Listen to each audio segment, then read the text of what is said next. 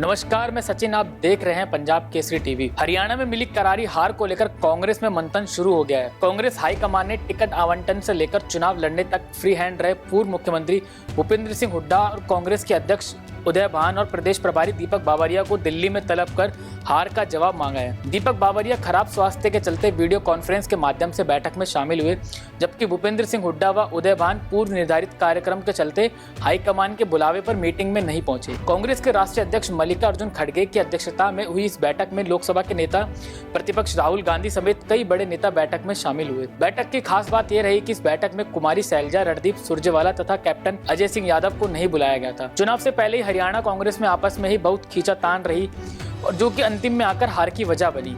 आइए समझते हैं कि हरियाणा में हार के प्रमुख कारण क्या रहे और कांग्रेस ने इस मीटिंग के बाद क्या प्रमुख कदम उठाए। हरियाणा चुनावों के बाद कांग्रेस पर एक शेर बिल्कुल फिट बैठता है और वो है कांग्रेस की कश्ती वहां डूबी जहां पानी कम था। हरियाणा में अपनों ने ही ऐसा खेल कर दिया कि फेल हुई कांग्रेस के लिए राहुल गांधी को तुरंत एक मीटिंग बुलानी पड़ी। राहुल गांधी की बुलाई मीटिंग में कांग्रेस अध्यक्ष मल्लिकार्जुन खड़गे, केसी वेणुगोपाल, अजय माकन और अशोक गहलोत मौजूद रहे। सूत्रों की माने तो हरियाणा की हार पर हुई पहली बैठक में राहुल गांधी ने सीधे कहा कि नतीजे अप्रत्याशित हैं और किसी हालत में स्वीकार नहीं है।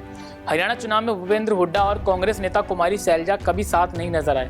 मानो कि यह हरियाणा चुनाव कांग्रेस के दो गुटों ने लड़ा हो, एक हुड्डा गुट, दूसरी कुमारी सैलजा का गुट। लेकिन दोनों की नाराजगी इतनी बड़ी कि कार्यकर्ताओं में भी गुट बनने में देर नहीं हुई। दरअसल हार के बाद बैठक में राहुल गांधी ने पूछा कि जब सारे सर्वे कांग्रेस को जिता रहे थे तो ऐसे में हार की वजह की तय तक जाना होगा। इसके बाद राहुल गांधी ने हरियाणा में हार की असली वजह पर बात की। उन्होंने कहा कि पहले खुद और फिर पार्टी की सोच ने ही कांग्रेस को हरा दिया। सूत्रों के मुताबिक राहुल ने ये तक कहा कि पूरे इलेक्शन को डुबोने के पीछे पार्टी से बड़ा खुद को समझने वाले लोग और पार्टी का हित दूसरे नंबर पर रखकर कुछ नेताओं का अपना हित पूरे चुनाव पर हावी रहा है। हरियाणा में मिली हार के बाद कांग्रेस ने फैक्ट फाइंडिंग कमेटी का गठन किया है। फैक्ट फाइंडिंग कमेटी हार की वजह खोजेगी, लेकिन सवाल ये है कि क्या इसके बाद कोई एक्शन राहुल गांधी ले पाएंगे या नहीं। जानकारों के अनुसार कांग्रेस की अंदरूनी कलह, मौजूदा विधायकों पर अत्यधिक निर्भरता और बागियों की वजह से कांग्रेस एक दशक के बाद हरियाणा में वापसी करने में विफल रही। 48 सीट जीतकर भाजपा ने कांग्रेस की वापसी की उम्मीदों पर पानी फेर दिया और कई एग्जिट पोल को भी गलत साबित कर दिया, जिनमें हरियाणा में कांग्रेस की आसान जीत की भविष्यवाणी की गई थी।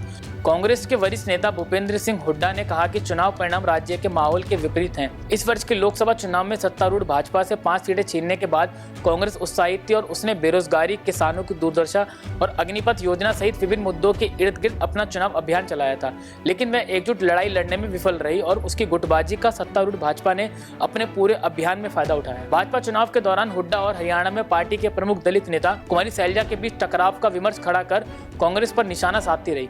भाजपा की यही रणनीति भाजपा के सिर पर जीत का सेहरा बांधने में काम आई। 10 साल बाद भी हरियाणा नहीं जीत पाई कांग्रेस हार का सच खोजने के लिए फैक्ट फाइंडिंग टीम बना रही है, जो कि हार की असली वजह खोजेगी। हरियाणा के नतीजों के बाद राहुल गांधी ने यह तो लिखा कि हरियाणा में मिली हार के अप्रत्याशित नतीजे का विश्लेषण कर रहे हैं।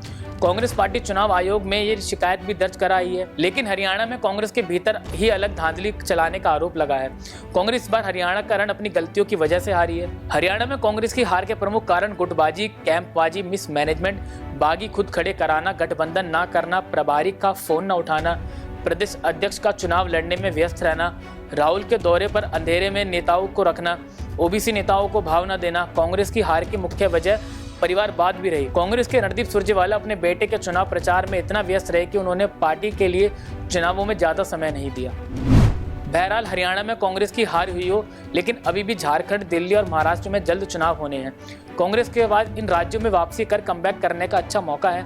फिलहाल कांग्रेस हरियाणा में मिली हार को हजम नहीं कर पाई है। तमाम एग्जिट पोल में हरियाणा में कांग्रेस की सरकार बनने जा रही थी, लेकिन अंतिम में नतीजों वाले दिन बाजी तो पलटी और कांग्रेस जीती बारी हार गई। कांग्रेस की हार एक बड़ा सबक देती है कि जीवन में कभी भी अहंकार नहीं करना चाहिए। जीवन में कॉन्फिडेंस अच्छा होता है, मगर ओवर कॉन्फिडेंस सही नहीं होता। ऐसे में देखना होगा कि कांग्रेस इस हार से सबक लेती है या फिर इसी अहंकार के साथ अगले चुनावों में उतरती है। देश दुनिया की तमाम खबरें देखने के लिए देखते रहें पंजाब केसरी टीवी। नमस्कार।